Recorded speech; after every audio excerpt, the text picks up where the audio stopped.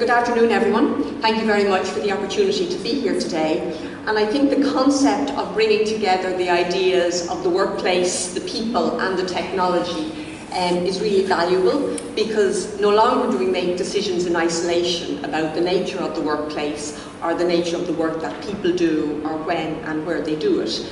And so much of that flexibility is actually driven by the technology that is available to us, and that of course is changing all the time. So really, what I'm just going to pick up on is some of the trends that we're seeing happening. And some of those are building on what Barry was talking about, taking the legal environment for granted, but what are companies doing in practice around their people. And then particularly looking at the issue of diversity and inclusion, and following on from what Margot said, what are companies actually doing in that space? Just to touch on CIPD, we're the professional body for the HR community. So when I see the slides we had first thing this morning about the future of work, you know, sometimes we feature as being fallen off the bottom and sometimes we feature as being up there at the top. But for us too, it is about looking at how do we better make sure that as the professional that we are better fit to deal with the future workplace, and how do we make sure our organisations are better fit to support people in that. And very much we're about what we call our purpose of championing better work and working lives. And I'm sure that resonates with many of you here, because we find it goes beyond just our profession, because it's very much about how people are managed and how people are dealt with and the nature of their working environment. We also talk about how do we actually make sure that change in workplaces is having a positive impact. So we talk about the concept of good work. And good work, we mean that people have a say over what they do. People are fairly rewarded for what they do. And that if there is change, that people have some kind of say in that. But that's not done in any isolation. We have to bring in how we are building the skills of the individuals, how we are supporting their development. We have to bring in well-being and engagement. So what are we doing to make sure our workplaces are supporting individuals to be healthy both at work and even at home? So we know we all we all live in a sort of a 24/7 environment with our mobile phones, and actually that has generally deemed to have a detrimental effect on our well-being. So there's more emphasis in what do we actually do to create an environment where people are more conscious of their well-being and looking after that. And what we're really finding is organisations are having to respond to what young people are asking about. So now in schools they're talking about well-being. So knocking on your door will be future employees who will be asking you, tell me about well-being, tell me about your well-being policies, tell me what well-being looks like in your environment. And of course on the other side of that coin is we're seeing an increased level of stress and mental health issues being talked about in the workplace. So these are key challenges that organisations are facing. And then we have the inclusion and diversity agenda. And we're very clear that organisations need to be inclusive. It's not just simply to say we need to represent diverse groups and diverse customers, but we actually need to build a culture where people feel they have the freedom to express their opinions, to express themselves. And that have that view respected, because it's only when you do that you actually make good decisions, improve your decision making, and get that positive impact on your customers that you're looking for. So we've just done a piece of research asking organisations in Ireland what are their top priorities for 2019, and what came through is talent management, and that's around attracting and retaining the right skills. We found out that over 80% of organisations have had difficulty in the past year finding the right skill set. And that difficulty finding the right skill set is driving a lot of change in organisations to make sure they can go out and they can both attract, develop and retain the right people. The second thing is agility and flexibility. And it's the first time that we have seen that so high up the priority list.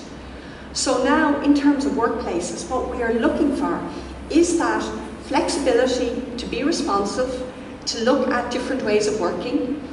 We know that jobs change all the time. When we go out and talk to organisations, we're not seeing organisations that are saying, you know, we're letting lots of people go because we need to bring in new skills. We're actually seeing them saying, we have to migrate the people we have to do different jobs, to do different roles. So the jobs are evolving, the work is evolving, the ways of working is evolving, and there's more investment in that skills and development. So there's a lot of change happening out there, but when we look at our labour market statistics, that doesn't necessarily reflect through. And of course, there are gaps in the leadership capability to be able to deliver on this. So each organisation has to look at how well are its managers and its leaders able to create a workplace that has the right skill set and the ability to meet new targets, new products and new customers. So when we talk about the drivers of change, that labour market demand issue and the availability of skills is what's driving a lot of organisations, and I'm sure many of you are in that space. Not Brexit, okay? So yes, there are concerns over Brexit, and there are concerns about labour mobility, there are concerns about cost and exchange rates, there are concerns about data and data protection. So they're all there under the surface as people try and muddle through the current impasse to see where we land. But the labour market, and then the third one there, the changing demographics, are the real things that are driving change in organisations. So organisations are now saying, we now have 5 generations with us. How do we deal with 5 generations in a workplace?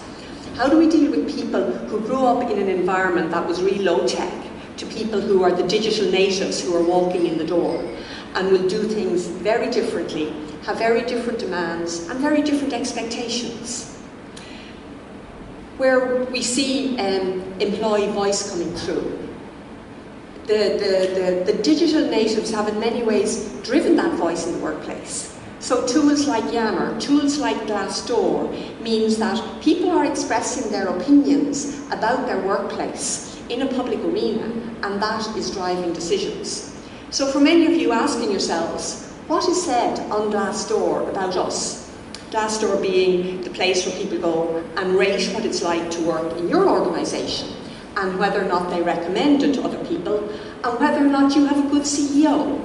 So that information is out there in the public arena, even if you've never looked at it. And I've had HR people say to me, no, there was something put up on Glassdoor, it was all wrong. And I said, have you checked? And when they've gone and checked, what the employees are putting up has been more accurate about working in the organisation than the HR perspective.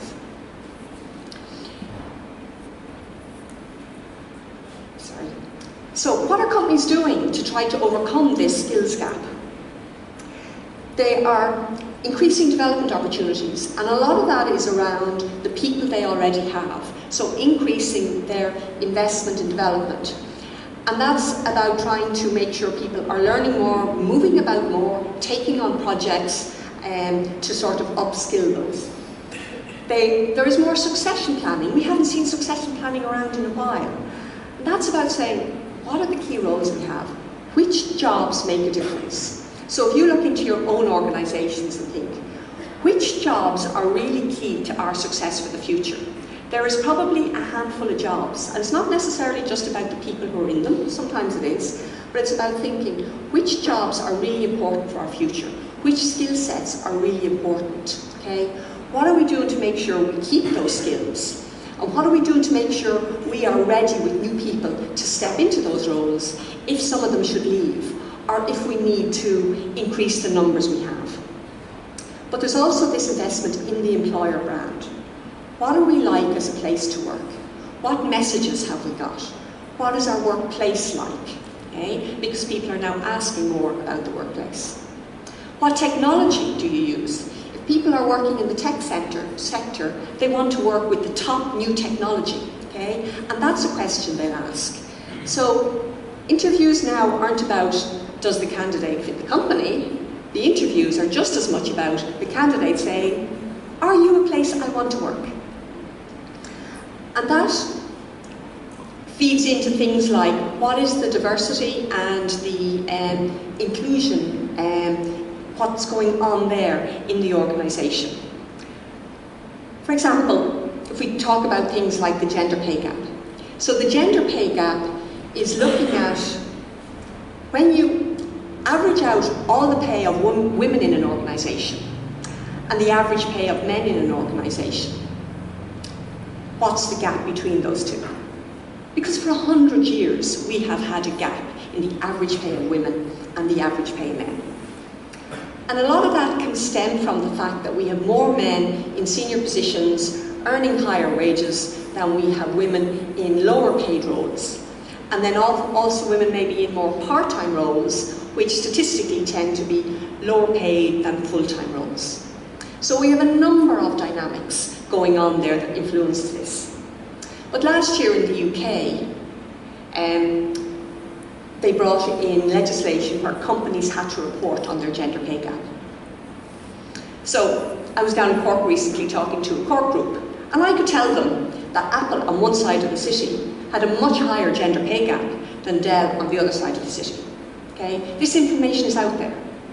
The company with the highest gender pay gap that would be connected to Ireland that I could find is our favourite airline. Are we surprised? Okay? That's all in the public arena. And when I'm talking to candidates or students, I say go and look. Go and look on that UK website and see what their gender pay gap is. Why is it there? What are they saying about it? What are they doing about it? In the next 2 months, we see the next tranche of reports coming through. What have they done about it? And in Ireland, we're talking about new gender pay gap reporting legislation.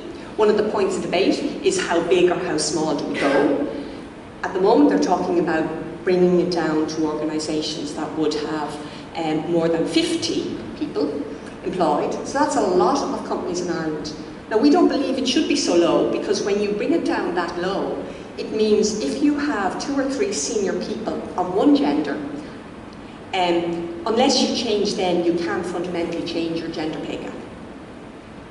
So this is something that is coming at us. The only reason they've postponed the legislation at this point is because they need to clear the decks to bring in Brexit legislation that they're working on. Otherwise, we'd be facing this legislation this year. So, do you know what your legislation is? On the slide we have that 20% of organisations last year had calculated their gender pay gap. By 2019, that had gone up by 10%. So more and more organisations are doing it, and more young people are asking about it. So, with the labour market tightness that's out there, we have a real retention issue in Ireland. Okay? So 43% of organisations said that their employee turnover went up in the last year. Many of you might have had that experience too. Okay? People coming in and moving on. It's like the traditional organisation that we created where we expected people to come in and work for a number of years isn't there anymore. People feel that they should move around and are more likely to do it. They're doing it for development, they're doing it for pay, they're doing it for flexibility. They're all driving employee decisions. For over a third of companies, employee turnover was over 10%, which is quite high if you're trying to replace those employees or if you're trying to grow your organisation and bring in new employees.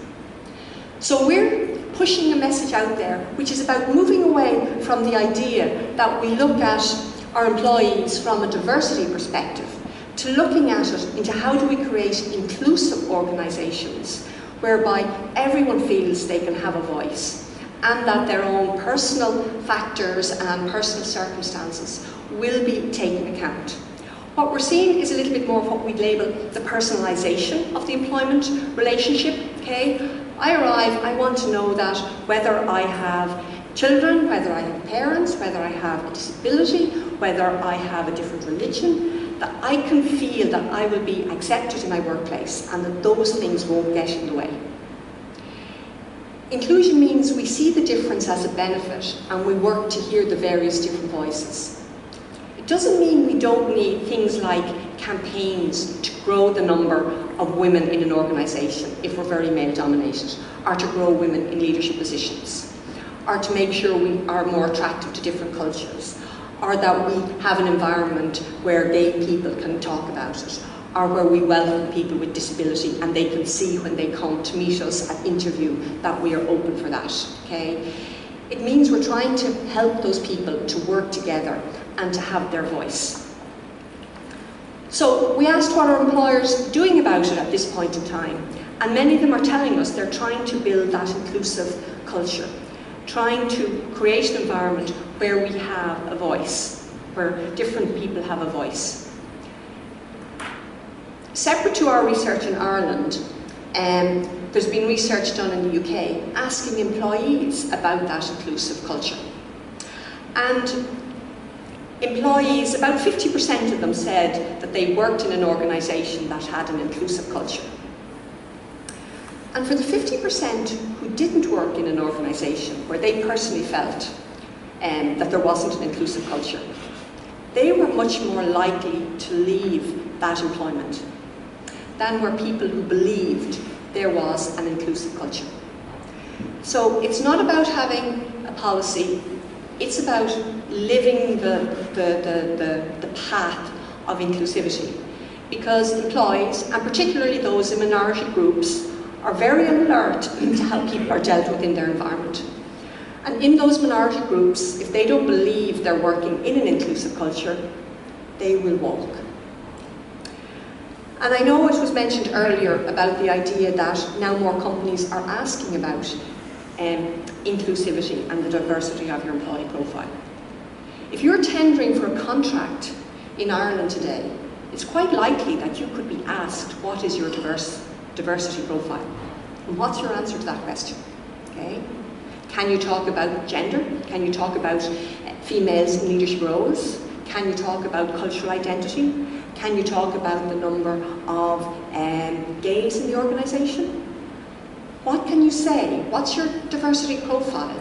Because if you can't tick that box, it might be public sector funding that you won't get, it might be contracts with multinationals that you won't get. So there's a real business impetus around this, not just the benefit to you of having those voices, but actually the potential barrier to you getting business that you might like to get and to win. Or for you to show that you are diverse and you are inclusive and take a step ahead of those that are not doing it well. So there's a real business driver around this agenda, and I know Margot talked a bit about this. But we also know that flexibility and remote working is part of this agenda. And I know Barry has talked very clearly about the risks associated with that and not having the legal framework in a lot of the aspects of how that plays out. But in reality, it's what many employees are asking for. They're asking for it if they have family responsibilities. They're asking for it if they want to feel that they can take advantage of technology, if they have a long commute, if they're not nationals and they have different care arrangements that they need to make, if they have health issues that they need to manage. So there's a lot of ways where flexible working is seen as being a potential solution to give people the freedom they want in terms of how they work and when they work. And we ask people about having those policies. And yes, most organisations have those policies in place. But what we find is that they are not pushing those policies. They are not living those policies. What they are not using the policies to see that actually employees want flexible working, and how can we give that flexibility? We're hearing organisations say, yes, we have the policy, but we know managers are resistant to have people working where they can't see them. I want to know my team are there, and I want to know that they're working. We have to move the mindset to say, okay, it's not about having people physically present.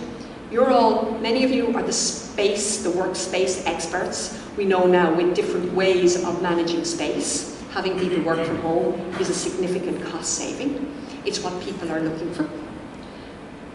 But we can have managers who say, well, actually, no, I want people there. And that's a different mindset to get managers to say, actually, if I can set clear targets and I can have clear outcomes, I can have ongoing conversations with those people and make sure they're performing. Yes, you do still need face-to-face time.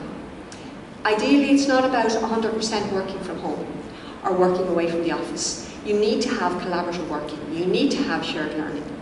In fact, one organisation I was talking to recently have brought in a nice concept called the e-cup of tea. So let's make sure during the working day, if you're not working with your team, that you have preferably a WebEx or a Zoom call where face-to-face you're having a chat. And that's a good thing to do, because that's where the sharing comes from. That's where in chat you also talk about what's going on with that and who's doing this and where are we at. All the valuable canteen conversations, our smoke room conversations, that we know add value to how we work in organisations. So we have to find ways not to lose those while people try and benefit from the opportunity to work remotely, to work flexibly.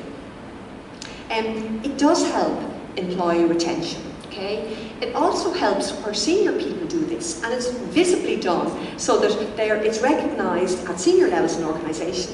I don't have to be present every day. I can be not here and know the work is getting done.